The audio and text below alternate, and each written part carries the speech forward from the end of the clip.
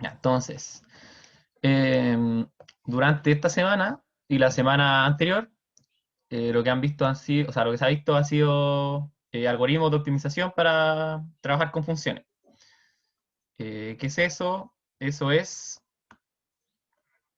onda, de una manera como más práctica, porque puede ser complejo, onda, encontrar un óptimo por una función en muchas variables o cosas del estilo. Se han dado herramientas para poder encontrar mínimos de forma algorítmica. Una de esas formas es lo que vamos a ver hoy, que es del método del gradiente descendente. ¿Sí? Eso es básicamente tomar un punto, ver el gradiente o la derivada, y en este caso, por ejemplo, la derivada es positiva, aunque crece, ¿sí? Y eso me dice que si me muevo en esa dirección, el valor de la función crece localmente. Entonces, lo que uno hace, y se puede probar que es la dirección de mayor crecimiento, si uno lo ve como en RN, es moverme en la dirección contraria. ¿Sí? Me voy a mover en la dirección contraria, un paso que por determinar, y eso se supone que va a ir minimizando mi función. Me va a ir acercando cada vez a un mínimo. Y el criterio de parada que voy a utilizar va a ser que esta derivada sea lo suficientemente plana, o sea, más o menos algo así como que el gradiente se aproxima a cero, o sea, que la derivada sea cero, va a ser el criterio de parada para este algoritmo. Sí, como a grandes rasgos eso es lo que hace. Entonces, hoy los problemas son, el primero aquí dice maximizar, ya ese debe ser minimizar, ese hay que cambiarlo, está mal puesto. Ya, considera el problema de minimizar la siguiente función sin restricciones, o sea, esta, y me dicen que encuentre un punto que satisfaga las condiciones necesarias, ya, ok, me piden cosas de encontrar un óptimo, más o menos, o sea, yo encontrarlo de forma teórica, luego me hablan acerca de mostrar o determinar la tasa con la cual el valor de mi algoritmo va a ir acercándose al valor del óptimo y más cosas del estilo, ¿sí? Eso, y en la segunda es demostrar que si yo tengo una función continua y coerciva, coerciva significa que como que sea infinito en infinito, ¿sí? Es una condición un poco más débil que ser convexa en general, y me dicen que muestre que alcanza su mínimo global, ¿sí? O sea, es una función que es continua y en principio no tiene por qué alcanzar su mínimo, podría oscilar más o menos eternamente, pero ser coerciva es una condición suficiente y vamos a ver por qué. Bueno, con la continuidad también. Entonces, primero con lo primero, si tiene alguna duda, adelante. Entonces, ya, la primera me dice, encontrar el óptimo, o sea, perdón, el punto X asterisco que satisfaga las condiciones necesarias de optimalidad de primer orden. ¿Qué son las condiciones necesarias de optimalidad? Bueno, necesarias es algo que cualquier óptimo tiene que cumplir y de primer orden se refiere a que tiene que una condición que involucra la primera derivada de la función. Si yo tengo un mínimo, por ejemplo, eh, bueno, nosotros sabemos qué significa esto, pero en caso que no, si yo tengo un mínimo, significa que si yo me muevo en cualquier dirección, entonces voy a crecer. Sí, crezco en cualquier dirección. Eso significa que básicamente si yo tomara como más o menos la derivada, crecería en todas direcciones. Y como esto es lineal, la demostración básicamente es mostrar que eh, el gradiente en una dirección y en otra dirección es lo mismo, o sea, como que gradiente de f de x, de menos f de x es el mismo, o sea, tiene que ser cero. Sí, eso es lo que uno muestra, que esto de acá es plano, de alguna forma. Entonces, la condición necesaria de optimalidad de primer orden es que el gradiente del punto dado es cero. ¿Sí? Entonces, eh, buscamos, voy a escribir x asterisco igual u, v, tal que tenga gradiente cero. ¿Sí? ¿Qué significa esto? Bueno, calculamos el gradiente de f, va a ser ir derivando esto. O sea, derivo aquí y va a ser 10u, este no depende de u, este sí, menos v, menos 11. Sí, y si derivo respecto a v, voy a obtener algo parecido, va a ser 10 v menos u más 11. Sí, entonces ese va a ser el gradiente. Y ahí me interesa aquellos puntos que cumplan que su gradiente sea cero. Entonces voy a tener un sistema que puedo resolver. Eh, bueno, y poniendo esto, obtenemos que puedo despejar el v hacia la derecha y obtener fácilmente el valor. V es igual a 10u menos 11. ¿Sí? A lo mejor esto no lo enmarco, así nomás. Y si lo reemplazo abajo, reemplazando, voy a obtener 100 u, ¿sí? Si reemplazo esto directamente aquí, 100u menos 110 menos u más 11 es igual a 0, ¿sí? O sea, esta parte de aquí es este 10v de acá. Y esto equivale a que 99u, si aquí al 110 con el 11 va a dar menos 99, sea 0, es decir, u es igual a 1. Y si u es igual a 1, yo puedo obtener de aquí que va a quedarme 10 menos 11, que es menos 1. Y u es menos 1.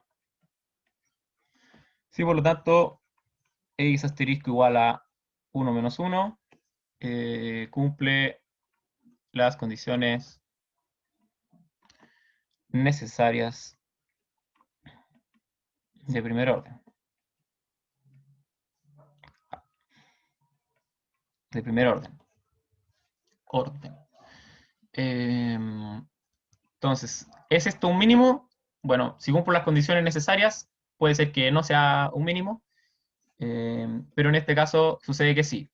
¿Por qué? Bueno, me dicen, diga si este punto es óptimo global, si es único, justifique. Lo que uno hace en general, o bueno, realmente la condición o teorema quizás que yo tengo, es que si f, voy a escribirlo como con un cuadradito,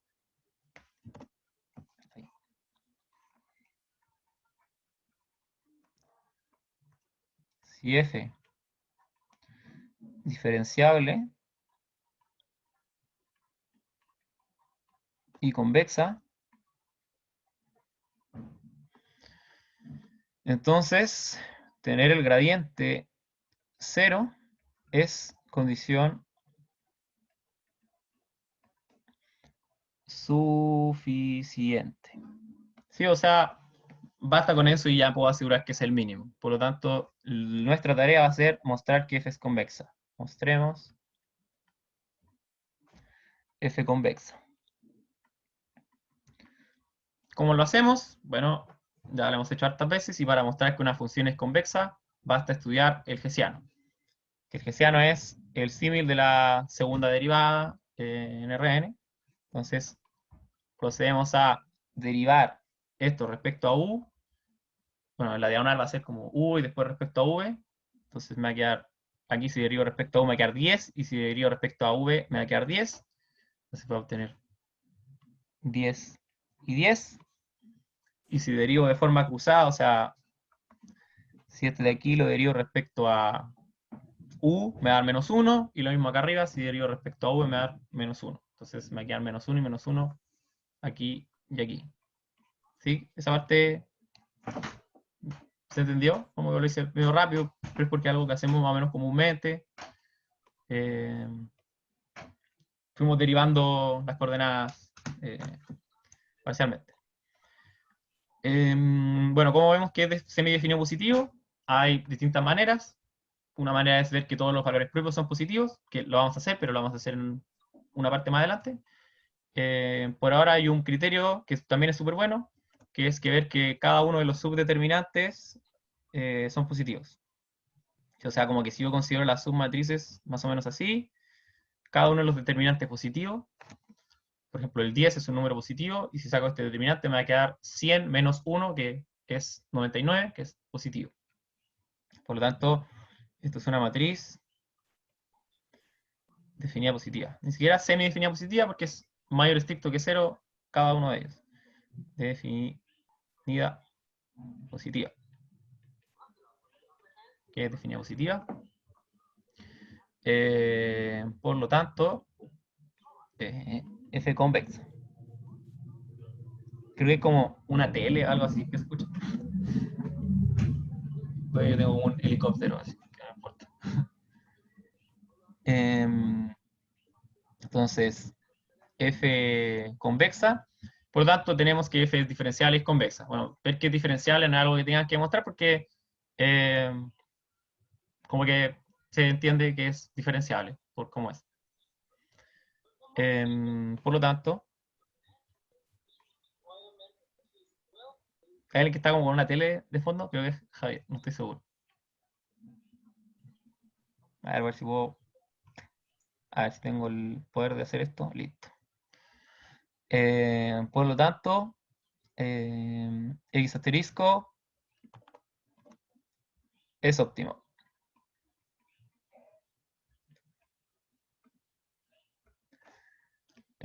Sí, sí, no te preocupes. No te preocupes. X asterisco es óptimo. Y además me preguntan si es que es único. Y la pregunta ¿es único? Y la respuesta es sí. Sí, coma, bueno, la respuesta es pues F estrictamente convexa.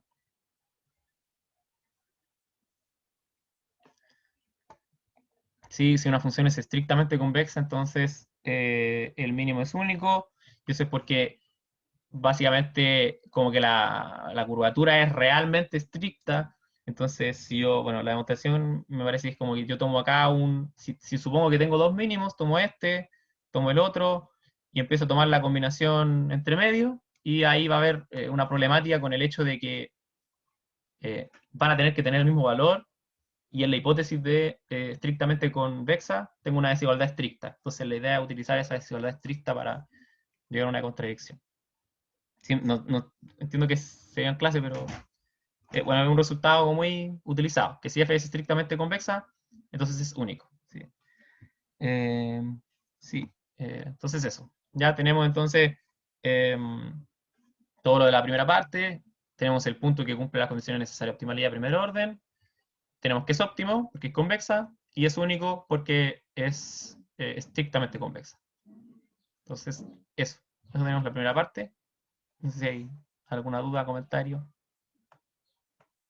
No sé si Javier se puede desmutear solo, creo que sí, en todo caso. Si no, ahí. Em, ya, ¿qué me dicen ahora? Me dicen, determine la tasa de convergencia ρ del método del gradiente en este caso. ¿Cómo vamos a hacer esto? En clase se estudió de manera más o menos bastante completa cómo trabajar el caso cuadrático. El caso cuadrático es cuando trabajo con una función que es así, más un medio X traspuesto una matriz Q, semidefinida positiva, y X.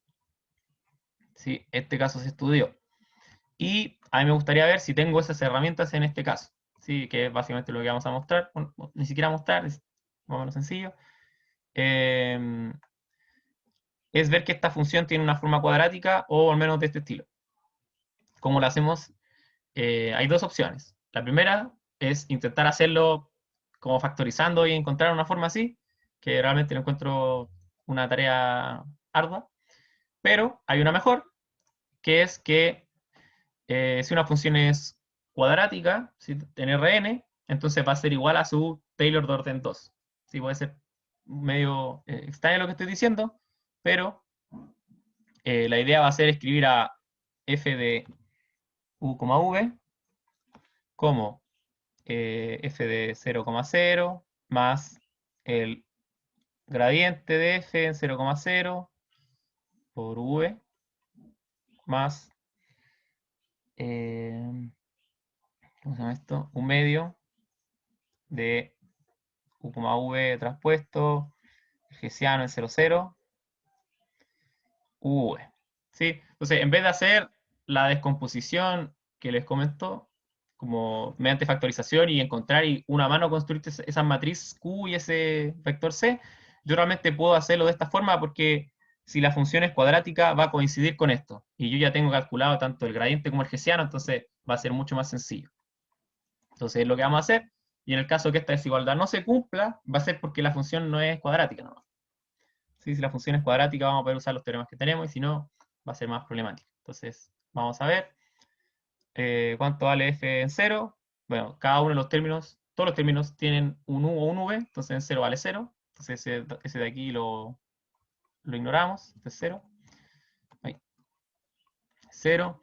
El gradiente en 0 vale menos 11 y 11. Así que menos 11 y 11 traspuesto por UV más un medio por, bueno, U, V traspuesto por el hessiano evaluado en 0, pero el hessiano es constante, o sea, no depende de U ni V, entonces va a quedar esa matriz que está ahí, 10, 10 y menos 1, menos 1. 10, menos 1, menos 1. Y luego acá U, V. Sí, no, no encuentro muy factible o como que tenga mucho sentido mostrar y hacer estas multiplicaciones para ver qué en efecto da esto. Sí lo da. Eh, pero es algo que no encuentro que sea necesario realizar. O sea, f puede ser escrita de esta forma. Sí, o sea, puedo hacer la descomposición como una forma cuadrática. Esa es la parte importante. ¿Sí? Básicamente tenemos esto. Y traspuesto q, x, por lo que tenemos herramientas para trabajar. Sí, que son las herramientas que vieron en clase. Que son, ahí, esto que está acá, que me dice que tienen una tasa de convergencia del error dado por esto que está acá. ¿Sí? O sea, a nosotros en el enunciado nos piden la tasa de convergencia ρ del método del gradiente en este caso, y dado que estamos trabajando en un caso lineal cuadrático, que es esta función que está acá, ¿sí? Podemos determinar ese ρ de esta forma, donde el lambda m grande es el mayor valor propio de la función q y el lambda m chico el más pequeño. Entonces, tenemos que ρ es igual a lambda m grande menos lambda m pequeño, lambda m grande más lambda m pequeño. ¿Sí? Esta parte queda clara, o sea, se entiende más o menos bien, o fue medio extraño, porque yo me acuerdo que cuando estaba como en tercero, no me acordaba muy bien de Taylor, o realmente no entendía muy bien. Entonces, puede ser que haya confusión. Bueno, si no, o ponen en el chat, no sé. Si no, entonces podemos seguir calculando esto. Y entonces queremos los valores propios de la matriz. Estos valores propios son de esta matriz Q. Matriz Q. Entonces calculemos sus valores propios. Eso lo hacemos restando lambda en la diagonal.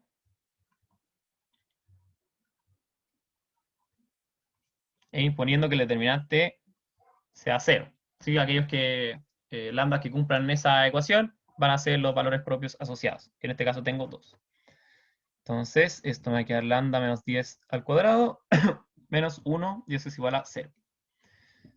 Que si desarrollo es lo mismo que lambda cuadrado menos 20 lambda más 100 menos 1 igual 0. Y esto queda 20 más 99 igual a 0.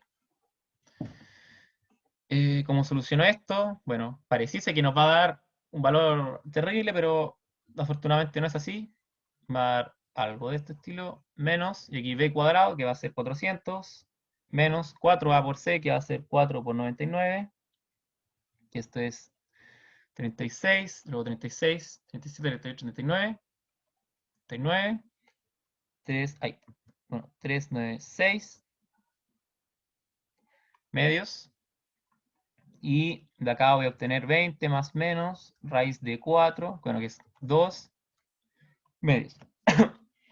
Y de acá obtengo que lambda es o 22 medios, que es 11, o 18 medios, que es 9. Entonces, esos son mis valores propios, por lo que el ρ asociado aquí va a ser el más grande menos el más chico, que es 9, 10, 11, son 2, dividido la suma, que es 20. 20.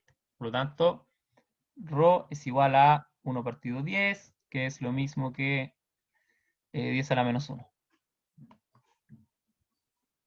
¿Sí? Entonces, esa es la tasa de convergencia del valor de la función.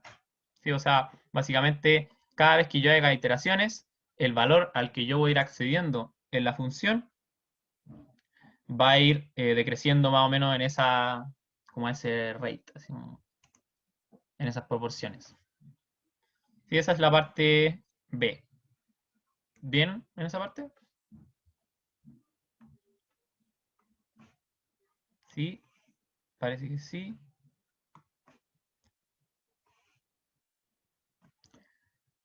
Si tienen dudas, pregunten. Si llegaron después, no importa.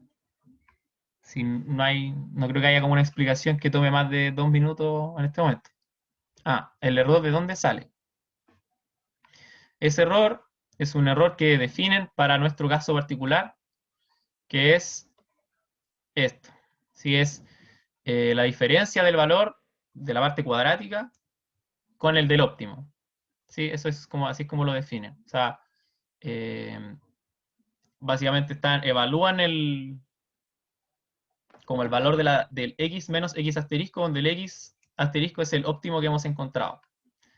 ¿Sí? Ellos no necesitan en principio, al menos como se ve en clase, no es necesario conocer de manera eh, como puntual el valor, o sea, como que por ejemplo, que fuese 1 menos 1, sino que mediante desigualdades, no recuerdo bien cómo se llamaba, hay una desigualdad para demostrar este lema, se muestra que el, la tasa de convergencia está dada por esto, ¿sí? por estos valores. Pero este error es lo que está asociado a los valores que toma la función. ¿Sí? O sea, que este valor se va acercando a este valor en algún tipo de convergencia, ¿sí? Que es la convergencia dada por esto de acá, ¿sí? Esto, como a este ratio, ¿sí? Como una cosa así. Como que, de todas formas, uno define como diferentes criterios para hacer el error, pero en nuestro caso, como es el cuadrático, el criterio que se utiliza es este, es como de esta forma, ¿sí?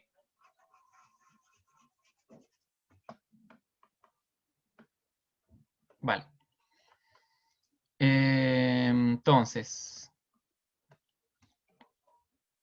me dicen, a partir del punto x0, 0,0, ¿cuántas iteraciones del método del gradiente son necesarias para asegurar, bueno, acá el error que es el que estamos hablando, ¿sí? Que este error, que uno define como para diferentes problemáticas, vamos a definir el error de distintas formas según sea nuestra necesidad, se reduce a esto. ¿Sí? Yo realmente no sé por qué me dan el punto, porque igual el error va a ser como que me lo piden en proporciones de esto, entonces, según yo, el punto no es necesario de forma explícita, pero bueno, vamos a ver que no es así, o sea, que no necesito realmente.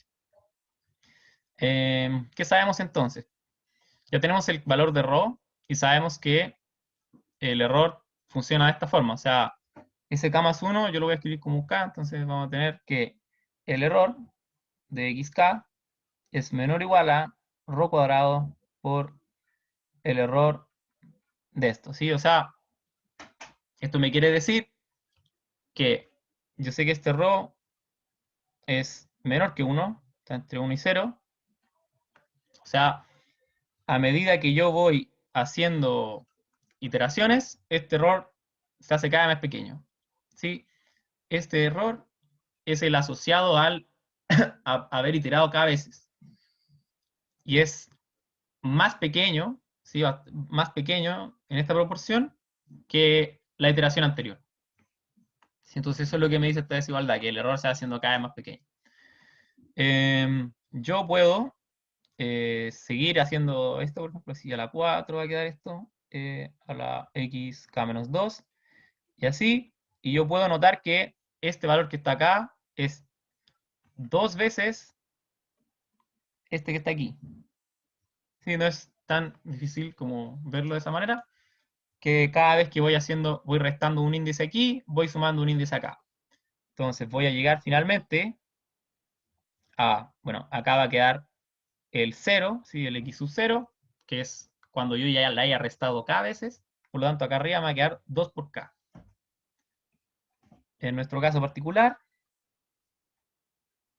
tenemos que esto va a ser menor o igual a el rho que vimos antes, que es este, o sea, me va a quedar 10 a la, a ver, sí, 10 a la menos 2 por k por el error asociado al punto inicial.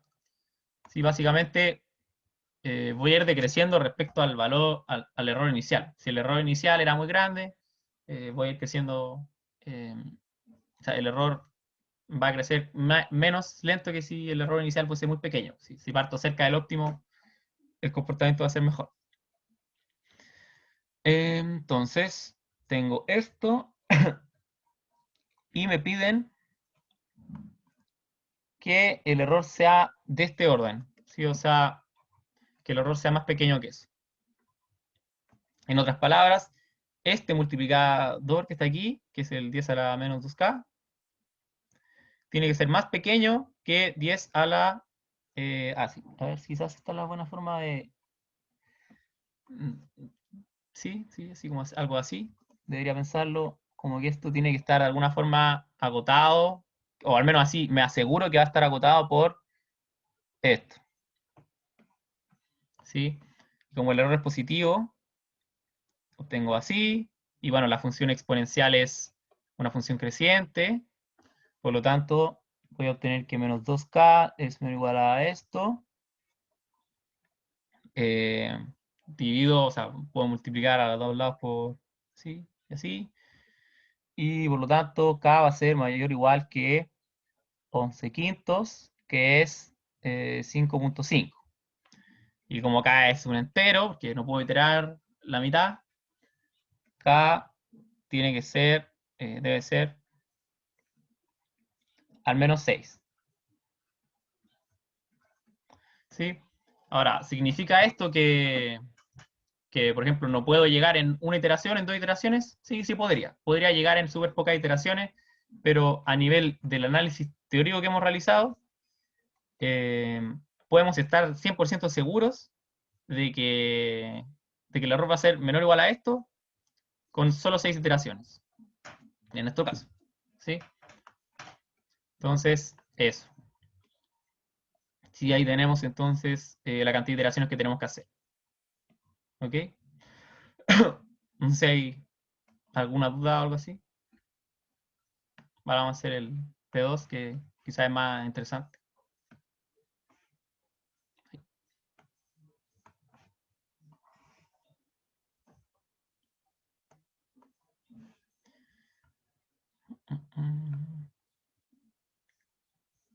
¿Sí? ¿No? Parece que no. Bueno, en resumen, en la parte A me pedían encontrar un punto que cumpliese las condiciones necesarias de primer orden, eso es derivada cero, lo encontramos. Luego me dicen si es óptimo o no. Es convexa, entonces es convexa y diferenciable, entonces sí, y es único porque es estrictamente convexa. Determinar la tasa de convergencia, eso lo hicimos identificando que la función era, pertenecía como a la clase de funciones cuadráticas, ¿sí? El caso cuadrático, que es uno bien estudiado ya en clase. Por lo tanto, tengo criterios que, bueno, como que si no tendríamos que realizar toda la maquinaria intermedia para poder demostrar esto, afortunadamente no. Afortunadamente es algo que es un resultado que ya tenemos y podemos obtener la tasa de convergencia. Y en la parte C me dicen cuántas iteraciones necesito para obtener un error de cierto tipo, y nosotros pudimos obtenerlo porque ya tenemos la tasa de convergencia. Entonces no fue tan difícil. Eso a grandes rasgos. ¿Qué me dicen en la P2? Me dicen que tengo una función f que va de Rn a R, que es continua y coerciva. Sí, que sea coerciva quiere decir que si la norma de x se va a más infinito, entonces la función también se va a más infinito. Sí, esto es una forma un poco, quizás algo más débil que pedir convexidad en el caso de querer optimizar cosas, porque eh, puede suceder que la función oscile de vez en cuando. Sin embargo, van a haber momentos en los que sí voy a crecer. O sea, básicamente me voy a poder dar una especie de barrera aquí, y para cualquier barrera yo voy a poder encontrar un radio tal que desde ahí valgo de ahí para arriba. ¿Sí? Eso es ser coercivo. Por eso es el límite, porque si no me devolvería. O sea, para cualquier valor que yo pueda alcanzar de f, puedo alejarme radialmente lo suficiente como para ir pasando cada barrera que me pueda imponer. Entonces, ¿cuál es la idea de esta demostración? Es observar este esquema y decir, bueno, ¿sabes? Tomemos un punto, digamos, el más alto más o menos que quizás pueda ser aquí, este, bajo la barrera, y bueno, esta función es continua, y este conjunto que está acá es compacto. Entonces, la función restringida aquí claramente va a alcanzar su mínimo, y como de acá para afuera atravesé la barrera M, no puede ser que sea más chico. O sea, ¿sí? Lo que hay fuera de esta bola es más grande. Entonces, eso va a ser lo que vamos a hacer. ¿Sí? Esa es la idea de la demostración. Entonces, para poder hacerlo, primero vamos a necesitar un punto que nos va a servir para comparar tanto los que están afuera como los que están adentro de la bola. Entonces, CX0, un punto cualquiera realmente, de Rn, como F coerciva. Como F coerciva, existe un R tal que si la norma de alguien es mayor que eso, entonces f de x es mayor que f de x0. Sí, lo que estoy haciendo acá básicamente es escoger SM como un punto, f de x0. ¿Sí? Esa va a ser mi barrera, y esa barrera me va a permitir comparar. ¿Sí? Entonces, si atravieso esta barrera, el radio, entonces soy ya más grande que algo.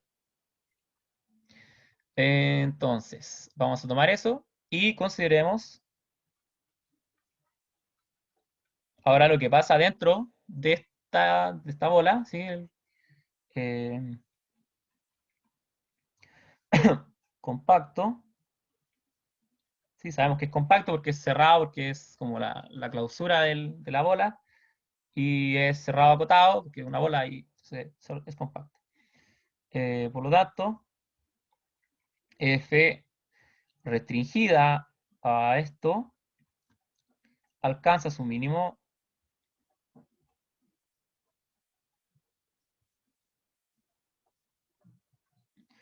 ¿Entienden o saben qué significa cuando yo escribo esto? Que puede ser que no. Así que eso es ese que ya más o menos se entiende qué significa esa restricción. O sea, es bueno, básicamente considerar Sí, quizás a lo mejor lo escribo con azul para que se sepa que es como una... No se confunda con lo otro. 0,r a r.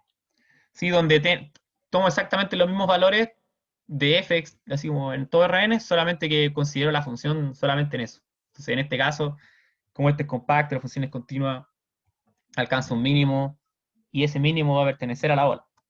Pertenece a la bola.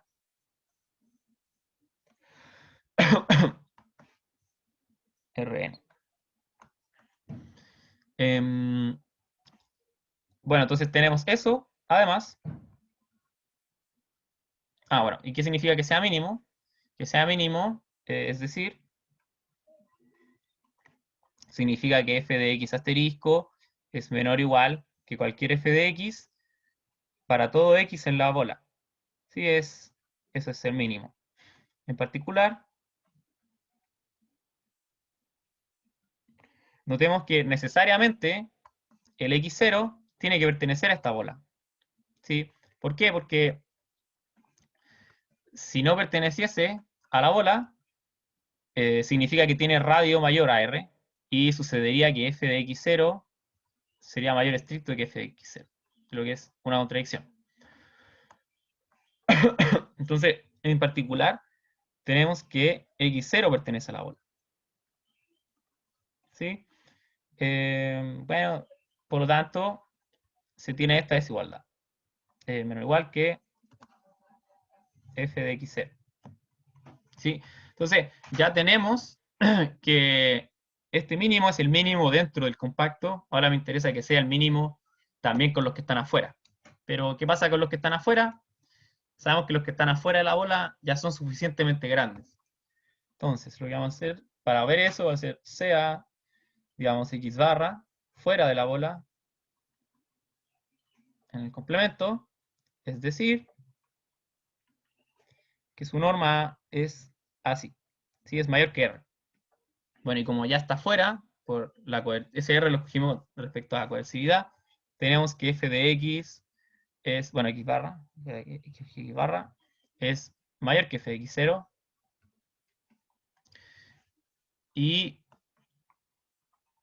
haciendo como un criterio de comparación, no, este color no, este de aquí, con esto, y aquí con esto, básicamente lo que estoy haciendo es tomar el punto acá x0, sé que el x0 es más chico que este que está acá, no, ese no es el x0, perdón, el x asterisco que es el mínimo, tengo acá el x0, y tomé otro punto por acá, ¿sí? X barra. Y el x barra claramente es más grande que x0, y x0 es más grande que el valor de x asterisco. Por lo tanto, f de x asterisco es menor o igual a, bueno, f de x0, que es menor estricto que f de x barra. Por lo tanto, menor que f de x barra. Para todo x barra fuera de la bola. Entonces ya tengo que f de x asterisco es menor que los que están fuera de la bola y dentro de la bola.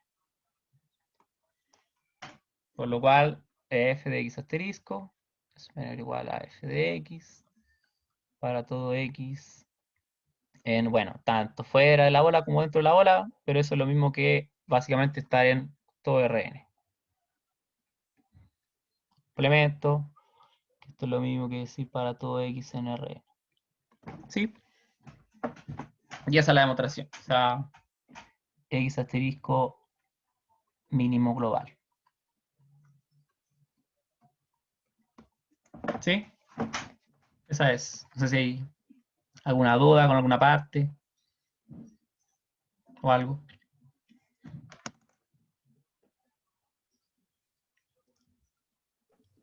Tengo una duda, como que no entendí el planteamiento inicial, como lo de la bola, no lo alcancé a entender. Si puedes Ya. explicarlo de nuevo, por favor. ¿Sí?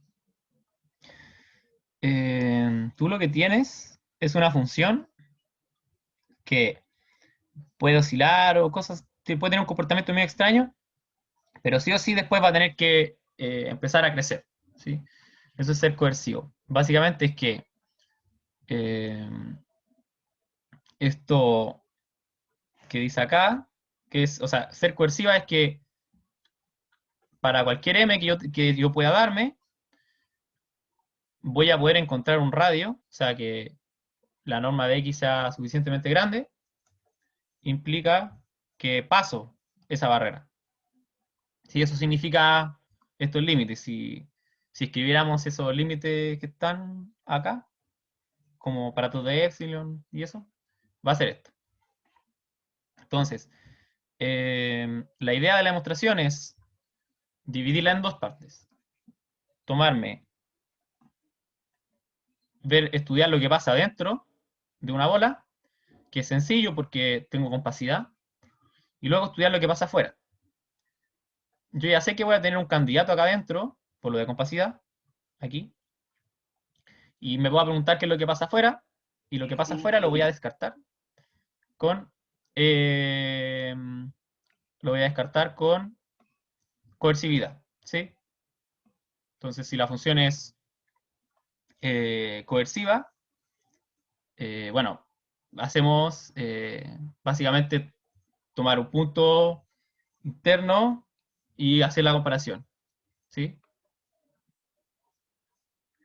No sé si quedó claro, al menos la primera parte creo que sí, la segunda no sé si tanto. Ahí me quedó mucho más claro. Gracias. ¿Sí? Ah, ya, súper. Yo tengo algo que no me queda claro, el hecho de que sea coerciva, ¿en qué ayuda a que se pueda encontrar el mínimo pese a que el conjunto no es compacto? No, acá eh, la coercividad es lo que nos permite controlar el crecimiento, o sea, asegurar que la función va a crecer a partir de un punto. Sí, o sea, la coercividad es lo que nos entrega asegurar que traspasemos cada barrera m. ¿Sí? Lo que utilizamos para poder asegurar la existencia de un x asterisco es que la función es continua. ¿Sí? La función es continua, entonces al dividir el problema en trabajar en la bola 0R y lo que hay afuera, el caso de la bola 0R, lo puedo trabajar con continuidad y lo que está afuera lo voy a hacer con coercividad. Esa es la manera en la que lo voy a hacer. ¿Sí? ¿O no tanto?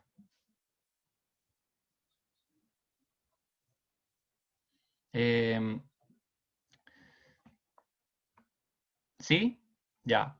Sí, porque, eh, como dije, esta demostración lo que uno hace es dividir el problema en dos partes.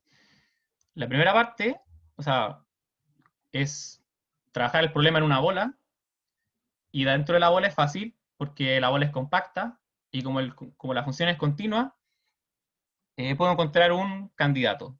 ¿Cómo demuestro que ese candidato es en efecto el mínimo? Tengo coercividad, que me dice que si la bola es suficientemente grande, voy a crecer lo suficiente. Entonces lo que hago es tomar un punto de referencia, que en este caso fue x0, ese punto, y usarlo como criterio de comparación de lo que está fuera de la bola y lo que está dentro de la bola. Si lo que está fuera de la bola es mayor que esto de acá, y lo que está como x0 está dentro de la bola, va a ser más grande que el mínimo.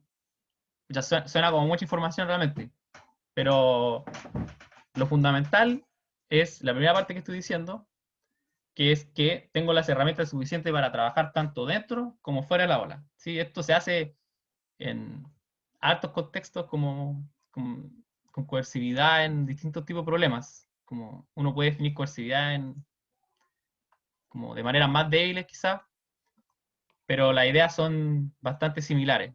Y eso principalmente porque una función continua en un compacto es como súper fuerte, como que me permite encontrar un candidato. Entonces, ya teniendo resuelto el problema en la bola, necesito algo para quitarme lo que está afuera. Y en este caso es coercividad, que bueno, como ya lo he hecho mil veces, como que crece mucho hacia afuera. Así como algo así. Sí, no sé si me estoy repitiendo mucho realmente, pero se comprende, ¿cierto? Sí, Javier, tengo Em, una duda. sí, Em, y eso se me rota, pero esto igual, según yo, es lo que estaba haciendo para ver el tema de la tarea. es parecido, pero no Sí, es es parecido. exactamente igual. Es Claro, parecido. o O sea, sea, tiene más o supongo que, menos ideas, pero como la demostración, sí. Pero, claro, sí. Por ejemplo, el tema, uno no cuenta con el tema de la coercividad, así que claro, me da por la supuesto. impresión de que quizás uno debería usar, en vez de, como uno no tiene el tema de la coercividad, usar la Sí, propiedad de la función. claro, cuidado. Pero sí, o sea, básicamente eh, tú tienes continuidad y ya Claro. sabes teoremas que te permiten encontrar mínimos, como este de una función continua en un compacto. Ahora, tú tienes que ver cómo puedes utilizar la otra hipótesis que tienes para lo demás, ¿sí? Como esa es la idea, o sea, utilizar ambas cosas. Sí, por eso está como comentado que no, hay, no se me ocurren tantos resultados realmente que te entreguen la existencia de un mínimo, incluso. Como, por ejemplo, acá tenemos que existe un mínimo global, pero igual en la demostración utilizamos una función continua en un compacto. Entonces, igual es como implícitamente eso. Pero claro, o sea, ahí tiene que haber un intercambio entre estas hipótesis, que ustedes tienen que ser capaces de trabajar de forma que lo logren. Ya no puedo decir más, pues eso es algo que tiene que hacer y así. Entonces, eso. Si vale este problema con el Mariano lo venimos pateando así como 3 semanas, pero siempre aparecía otro problema que encontramos más indicado. Entonces, eso. Bueno, lo otro que tengo para mostrarles es el código que le subí el martes o el miércoles, o creo que eso fue el martes, pero ya era miércoles, eran como las 2 de la mañana, creo. Como para que vean más o menos y si es que tienen dudas. Ah, sí, sí, sí, tiene que irse antes. No hay problema, no hay problema. Eh,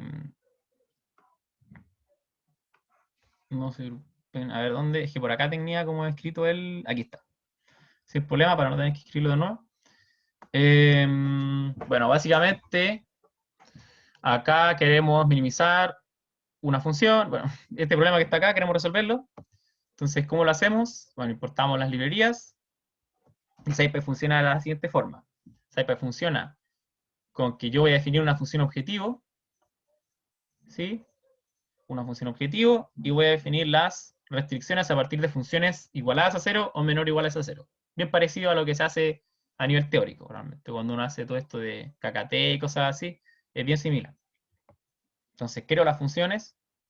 Si son muchas restricciones, igual ustedes pueden escribir acá la función como una función tipo lambda.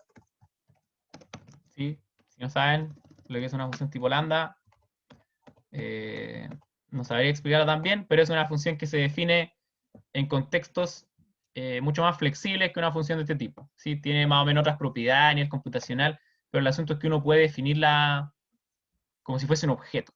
¿Sí? Pueden buscarlo función lambda. Puede que sirva, puede que no, puede ser más cómodo, quizá. Entonces yo voy a definir las restricciones a partir de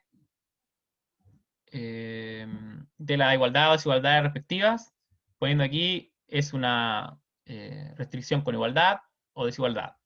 Luego voy a introducir cada uno de estos objetos, que son restricciones, a un vector, que va a ser mi vector de restricciones.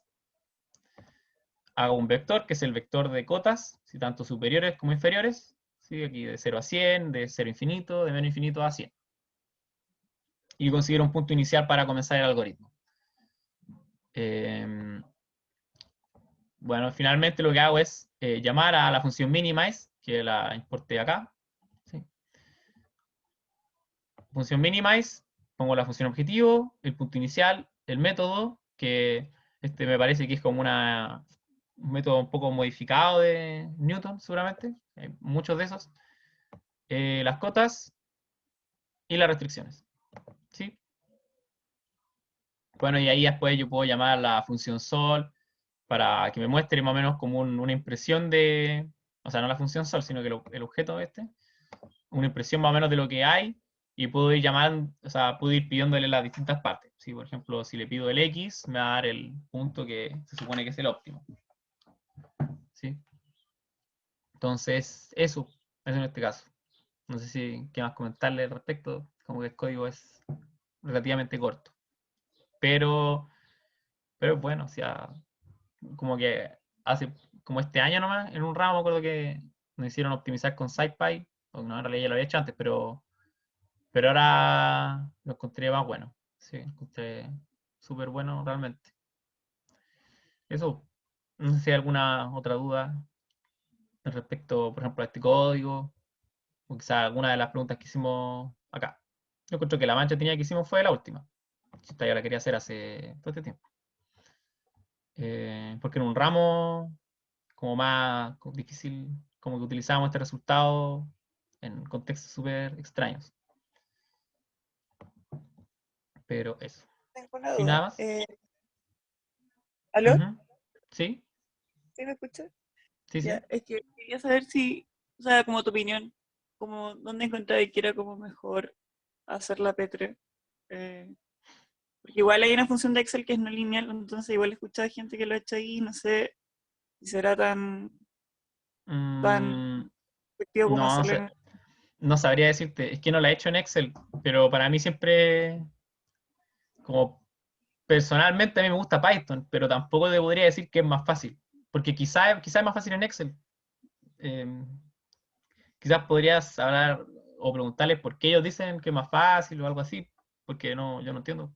No, o sea, no sabría responderte, honestamente. A mí me gusta Python porque siento que controlo bien el asunto y me siento más seguro. Y siento que la cantidad de problemas que uno puede resolver es súper amplia. Pero Excel igual es bueno, o sea, tiene limitantes de otro tipo. Pero, por ejemplo, en la tarea anterior me parece que había mucho problema porque no se, no se podía acceder a tener tantas variables como uno quisiera, como que tenía una limitante el solver, algo así. Entonces, pero quizás no es el caso de este problema. Entonces, en lo personal me gusta Python, pero no podría decirte que es más fácil o más difícil que Excel. Como dependerá de uno, yo creo, como el manejo. Eso. Bueno, y tengo otra duda, pero es como, es una buena tarea, en verdad, no sé si te la puedo preguntar. Mm, Depende, pero no de tanta información. O sea, la pregunta hace como una pregunta menos general, pues, algo que pueda responder. Ah, sí, claro, ¿Cachai? no, era la P3, que hay una restricción que es que tienes que estar como en el plano cartesiano de los puntos de, de distribución. Claro, Entonces, como que mi duda era, o sea, no tengo problema en cómo verlo, pero era como verlo en Python. Me cuesta como ver alguna, o sea, cómo plantear esa restricción con las herramientas de Space. Yo lo estuve ya. revisando y no me ocurrió.